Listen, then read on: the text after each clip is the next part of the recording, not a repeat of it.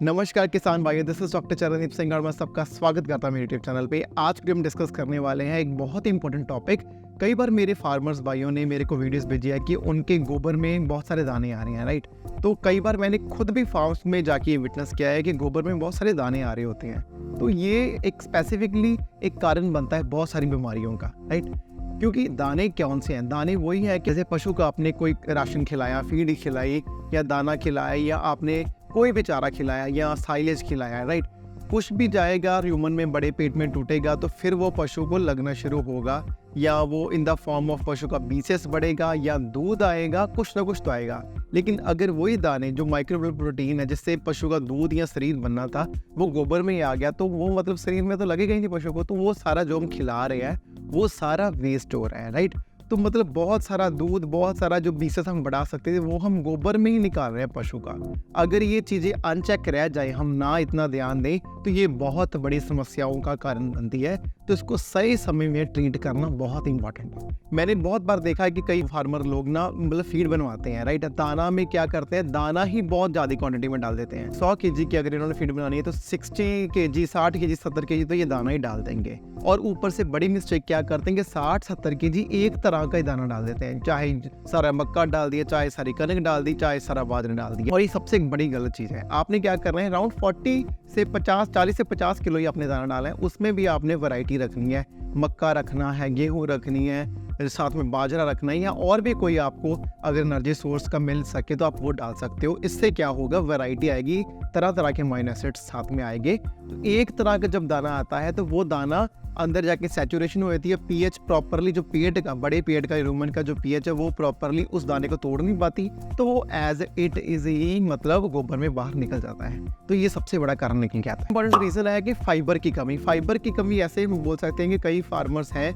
या कई रीजन्स हैं जहाँ पर हरा चारा बिल्कुल होता ही नहीं है। और मैं राजस्थान साइड में विजिट करता हूँ तो मैंने देखा है कि हरा चारे की दिक्कत बहुत ज़्यादा आती है। इनफैक्ट पंजाब साइड में इतनी दिक्कत नहीं है, गर्मियों में भी दिक्कत काफ़ी आती है। ज़्यादातर फार्मर्स को, पंजाब के फार्मर्स को दिक्कत आती है कि हरा चारा ही नहीं होता है। तो उसमें क्या होता है कि जब हरा चारा कम गया तो पशु को फाइबर कम गया, फाइबर कम गया तो जुगाली कम होगी, जुगाली कम हुई तो वो लाल से जो बफर बना था वो कम हो गया, वो कम हो गया तो सब क्लिनिकल एसिडोसिस का केस हमने बन के आता है। अगर हम सिर्फ दाना ही दे जाए, दाना ही जाएगा, हरा चारा जाना नहीं है, फाइबर जाना नहीं है, कंसंट्रेट ही जाएगा, उससे क्या होगा, सब क्लिनिकल एसिडोसिस की फॉर्म में आ जाएगी या क्लिनिकल फॉर्म में एसिडोसिस आ जाएंगी। तो ये नेक्स्ट कारण बनता है कि दाना क्यों निकल के आ रहा है, क्योंकि पीएच पेट की मेंटेन नहीं हुई, वो प्रॉपरली दाना पच नहीं पाया, वो एज इट इज ही हमारे गोबर में आना शुरू हो गया। मेन सारा कारण ही जो है पीएच का है। पीएच अगर हिल गई पशु की पेट की, मैं बहुत एम्फसाइज करता हूँ कि अगर एक डेयरी फार्मर को या एक मेरे किसान भाई को अगर पशु की पीएच को संभालना आ गया तो मतलब वो 70 से 80% समस्या खुद ही हल कर लेगा अपने पशुओं की, अपने डेयरी फार्म की। तो इस पे काफ़ी ध्यान रखें, क्योंकि पीएच अगर हिल गई, एसिडोसिस हो गया, एल्कलोसिस हो गया, उससे बाद क्या होगा, लेमनस आएगी, लंगड़ापन आएगा। लेमनस, लंगड़ापन के साथ साथ मेस्टाइटिस का बहुत ज़्यादा कारण आता है। तो पेट खराब हो गया पशु का तो बहुत सारी दिक्कतें पशु को आएंगी। अब बात करते हैं इसका कैसे हम ठीक कैसे करें इसको, है ना। मैंने बड़ी बार देखा है कि जैसे कुछ भी कोई दिक्कत आ गई ना फार्मर्स के पास, कुछ मतलब जो मुंह पे चढ़े हुए कुछ एंटीबायोटिक्स वो लगाना शुरू कर देंगे। लेकिन जैसे ऐसी कोई दिक्कत आई तो लिवर टॉनिक देना शुरू कर देंगे, राइट, या कोई आयरन का सोर्स देना शुरू कर देंगे, राइट।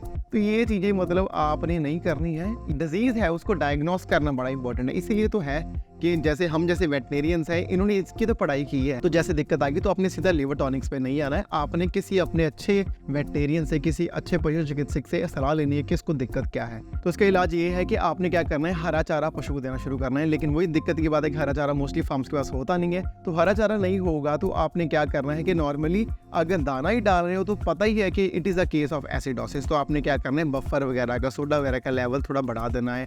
50 ग्राम से लेकर 100 ग्राम, 150 ग्राम तक डाल सकते हो ताकि वो पीएच बैलेंस रहे, राइट। दूसरा तरीका आप क्या कर सकते हो कि आपने जो फीड दे रहे हो थोड़ा कम कर देनी है। लेकिन उससे क्या होगा कि कई बार दूध कम हो जाता है। तो इसको कंपनसेट करने के लिए क्या है कि अगर आप फीड दे रहे हो तो उसमें सोडा बफर को मिला के मिक्स करके दे कि जितना मतलब फीड से एसिड बने वो सारा बफर से न्यूट्रलाइज हो जाए, राइट। वैसे तो जो एसिडोसिस, अल्कलोसिस केसेस है ना, ये तो सबसे इजीली ना मार्केट में पीएच की स्ट्रिप मिलती है। पेशाब में अगर वो टच कराओ तो आपको बता देती है कि अगर 0 से 7 तक हो तो इट इज़ एसिडोसिस कंडीशन, 7 से 14 हो तो इट इज़ एल्कलोसिस कंडीशन, लेकिन ये किसी और वीडियो में डिस्कस करेंगे। तो फिलहाल मैं आप सभी को ये कहना चाहूँगा कि आपने मेनली क्या देखना है कि आपने पशु को ऑब्जर्व करते रहो। ये बड़ी मेरे को अच्छी बात लगी, कई फार्मर जो ऑब्जर्व करते हैं, कईयों को तो पता ही नहीं चलता कि मतलब इसमें दिक्कत आई भी थी कि नहीं आई थी। कई को मतलब फार्मर्स में खुद जाके बताता हूँ कि आपके पशु में जो गोबर में दाने आ रहे हैं उनको पता ही नहीं होता है। तो ये एक अच्छे सूझबूझ फार्मर की निशानी है कि अगर वो ऑब्जर्व करता है चीज़ों को, ठीक है, जल्दी ऑब्जर्व करोगे तो बहुत सारी दिक्कतें हैं, लेमनस, मैस्टाइटिस, आगे जाके तो जो आपका ईस्टर साइकिल है, पशु का जो ब्यान का साइकिल है, रिपीट ब्रीडिंग के इशू बड़े आ जाएंगे अगर आपने इसको इग्नोर किया। तो इसी के साथ मैं आपको मिलूंगा अपने नेक्स्ट वीडियो में। टिल देन, नमस्कार।